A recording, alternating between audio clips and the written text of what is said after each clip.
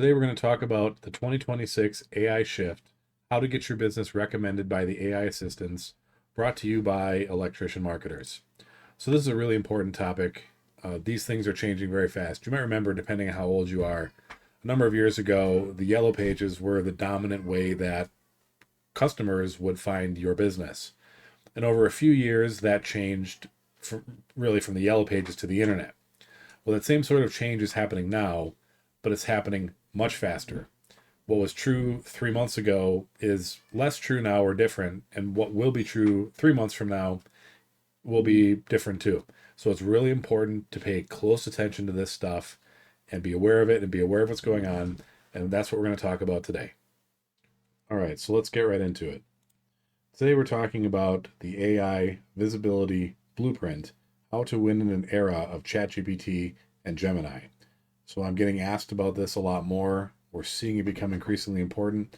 So let's discuss kind of the current state of knowledge, understanding that this is early to middle January. What I'm talking about here could be completely different in 3 months. So this is current. It could change. Things are moving fast, but this is what we're seeing so far. Okay, and one thing isn't quite happening yet, but it's coming, is the death of the blue link. This is really organic SEO as we've known it for a very long time. We are seeing customers asking AI. ChatGPT and Gemini are the two big ones. For a while, it was ChatGPT.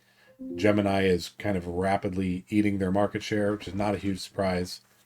But what we're seeing, and this shouldn't be surprising if you think about it yourself, people prefer getting a single trusted answer over browsing lists and digging through web pages.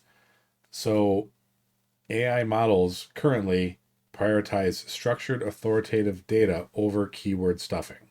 Okay. So why this matters now is it's growing fast and people are using it and people are finding customers there.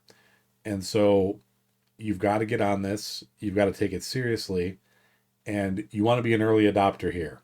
You don't want to be the guys who were still asking about the yellow pages 10 years after everybody moved to Google, right? So this matters. We got to be focused. And so you want to understand how AI thinks about you, more particularly your business. And AI and Google's been doing this for a while too. This isn't really new, but it's really a matter of entities. And so, it's not a URL, it's not an optimized page. It's what are you as a business? And how does AI or Google figure this out? Well, there's a couple key things that are very important right now. The first is your official business profile, or, we're local businesses, we serve customers in our area. So one of the key data points is your Google business profile. Another one is consistency across directories.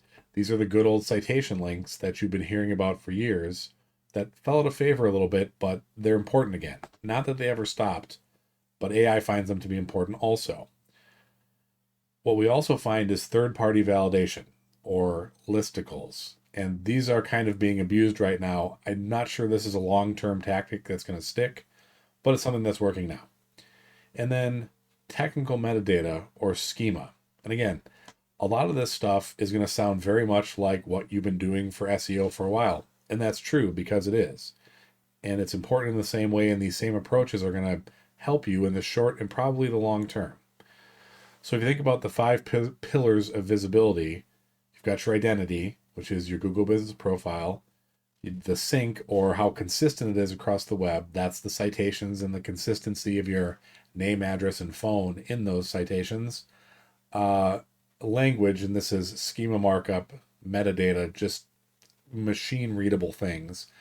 Content, this is covered up here, but it says conversational, FAQ authority, frequently asked questions. And validations are listicles and more broadly, third-party trust. Okay, so if you work in all these areas, you should see success in these AI things. Okay, so pillar one, the master signal, that's your Google business profile. The same recommendations that apply to SEO apply here. So keep it up to date, list your services, include photos, make weekly updates. Just be present, treat this as a valuable property, keep it up to date, make it full. It's an important source of information. And then the sync factor. So here's 67 or 67%. If you don't have consistent citations, you introduce doubt. This was very important in Google several years ago. They've gotten better about it. But for AIs, it's important too. If you have several different addresses, but you really only have one real address, that confuses these things. You don't want to have that. You want everything to be consistent everywhere it's found to the extent that you possibly can. Obviously, the big areas are more important: Google Business, Apple Maps, Yelp, Bing. But the more the merrier. The more you show up, the more places you show up where everything's consistent, it is going to help you. And you must have consistent name, address, phone, identity everywhere. For every location. If you have multiple locations, you got to make sure that's reflected in this information as well. You have to learn to speak the language of AI, and this is transient. This will probably change. But what seems to be important right now, and this is understandable, is schema. So what is schema? You've probably heard about this. This has been important in local SEO for years, but it's code on your website that tells Google, or AIs now, and keep in mind Gemini is Google's AI. It tells them what entity you are. Are you a local business? Are you an organization? What's your address? What's your hours of operation? Think of like the key facts that describe your business. That should be encoded in the schema, and it should also point to third-party things to validate it, like your social media addresses. So that's what schema is. It's been important for local SEO and maps in Google for a while. Now in AI, we're finding that it's especially important now for that. What's also important is conversational content. So if you think of the old way, and I don't like phrasing it that way because SEO is not gone, it won't be gone.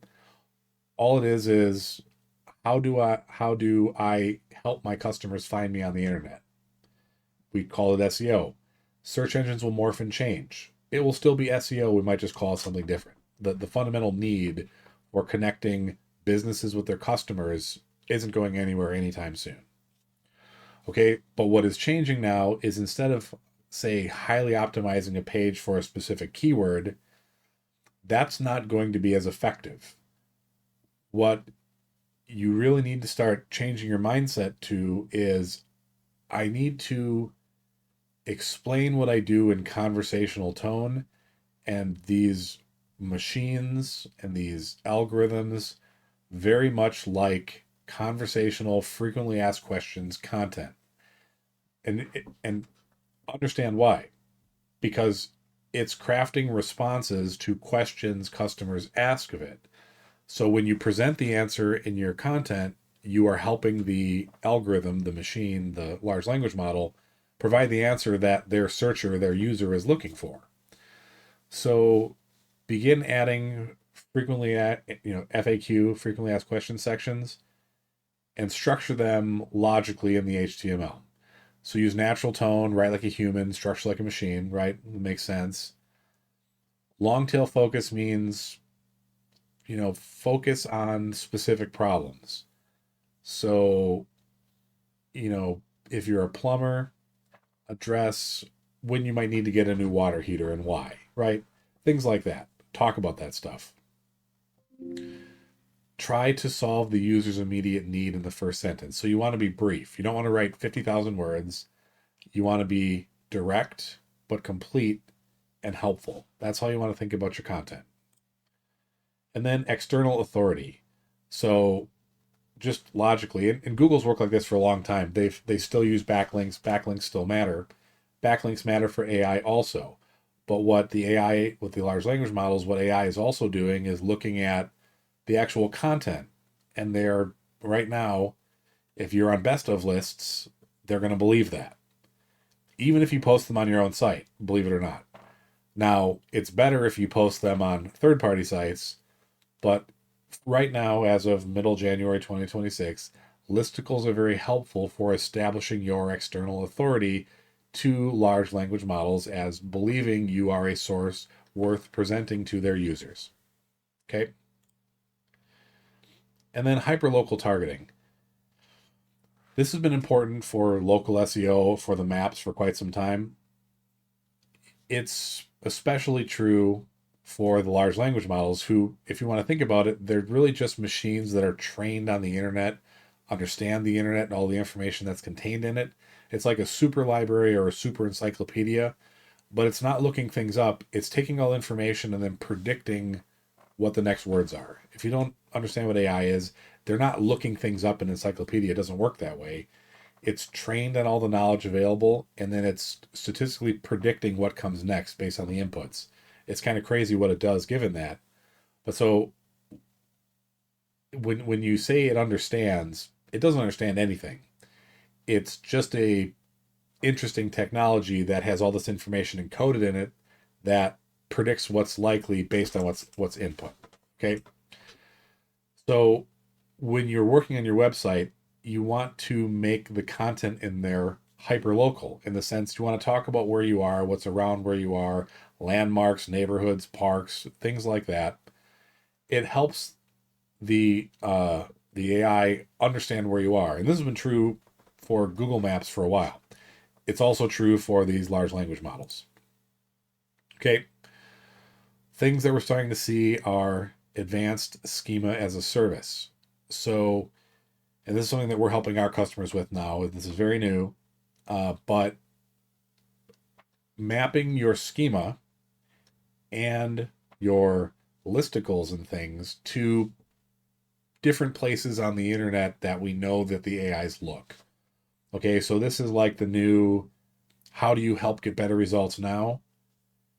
Well, publish your schema, publish your listicles in places that they're likely to look. It's going to give you an immediate local boost. Will this last 3 months from now? I don't know.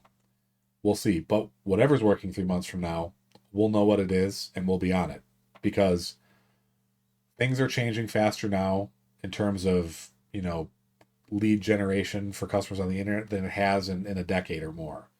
So our job is to stay on top of that and make sure our customers are able to stay on top of that.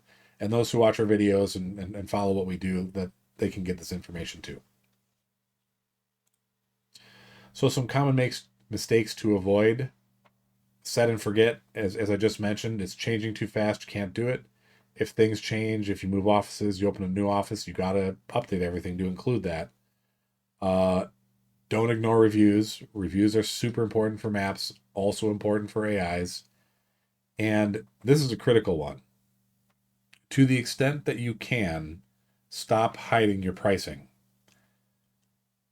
AI agents are becoming more active on the internet.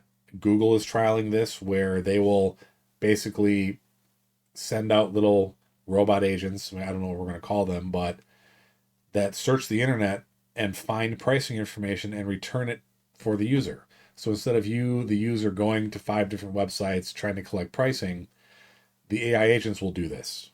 Well, if you hide your pricing, you're not going to get included in that query. So you're going to have to be clear about what services you offer. You're probably going to have to be very clear about your pricing. And this is going to become increasingly important over the next 3 to 6 months.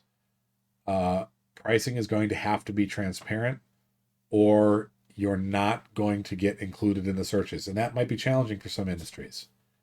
But we're going to work through it and figure it out. So keep this in mind, think about this, and be prepared to make adjustments.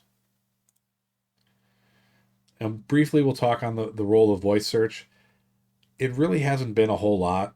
There's been this great fanfare about Siri and Alexa, and I haven't seen it take off. I don't know how many people actually use it.